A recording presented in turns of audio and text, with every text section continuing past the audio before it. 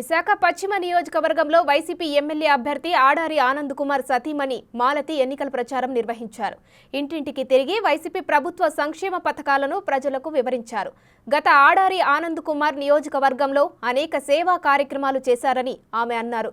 వచ్చే ఎన్నికల్లో ఆడారి ఆనంద్ కుమార్ విజయం ఖాయమని ఆమె ధీమా వ్యక్తం చేశారు.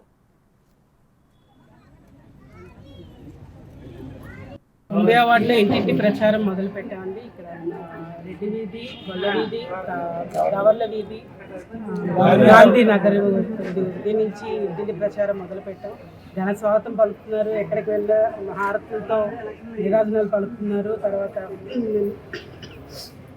ప్రభుత్వం చేసిన మంచి కార్యక్రమాలన్నీ కూడా వాళ్ళు ఏమేమి వాళ్ళు లబ్ధి పొందారు అన్నీ కూడా వాళ్ళు నోటి ద్వారా వింటున్నామండి. చాలా ఆనందంగా ఉంది.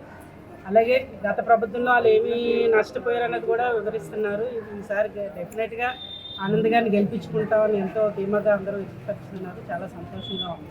చాలా బాగా స్వాగతం పలుకుతూ మరి ఆయన కాకపోతే ఎవరిని ఆనంద్ గారిని కాకపోతే ఎవరిని గెలిపించుకుంటాం, అక్కడ జగన్ గారికి వెళ్ళాలి, ఇక్కడ ఆనంద్ గారికి వెళ్ళాలని వాళ్ళు ఎంతో ఆనందంగా వ్యక్తం చేస్తున్నారండి. అందరూ సపోర్ట్ చాలా బాగుంది.